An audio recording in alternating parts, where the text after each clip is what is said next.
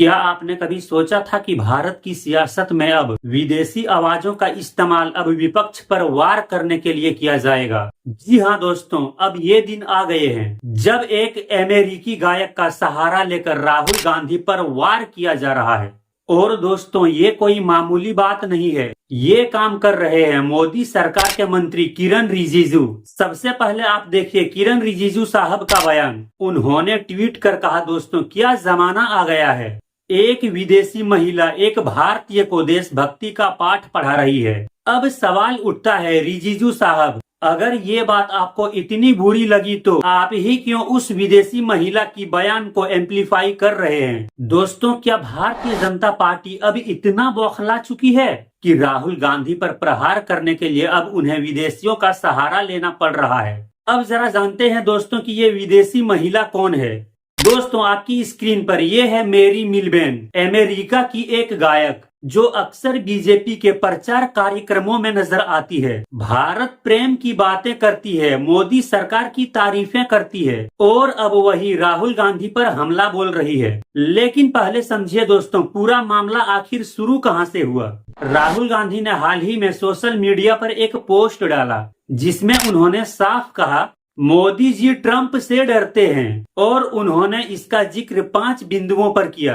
Number 1, Trump के कहने पर भारत ने रूस से तेल खरीदना बंद कर दिया। और नंबर 2, बेइज्जती के बाद बार बार बधाई संदेश भेजे गए। नंबर 3, वित्त मंत्री की अमेरिका यात्रा रद्द हुई। नंबर 4, शर्म अल शेख सम्मेलन से दूरी बनाई। और नंबर 5, ऑपरेशन सिंदूर पर भी ट्रंप के बातों का खंडन नहीं हुआ। यानी राहुल गांधी ने मोदी सरकार के विदेश नीति पर सीधा सवाल उठाया। बस इसके बाद मैदान में उतरी मेरी मिलबेन। उन्होंने ट्वीट कर कहा, राहुल गांधी आप गलत हैं, मोदी जी ट्रंप से डरते नहीं, वो लंबा खेल समझते हैं। उनकी कूटनीति राजनीति है। जैसे अमेरिकी राष्ट्रपति अपने देश के हित में काम करता है, वैसे ही मोदी जी भारत के हित में काम करते हैं। और फिर उन्होंने राहुल गांधी पर सीधा प्रहार करते हुए कहा, आपके पास प्रधानमंत्री बनने का क्षमता नहीं है, बेहतर होगा आप अपने आई हेट इंडिया टूर पर वापस लौट जाएं।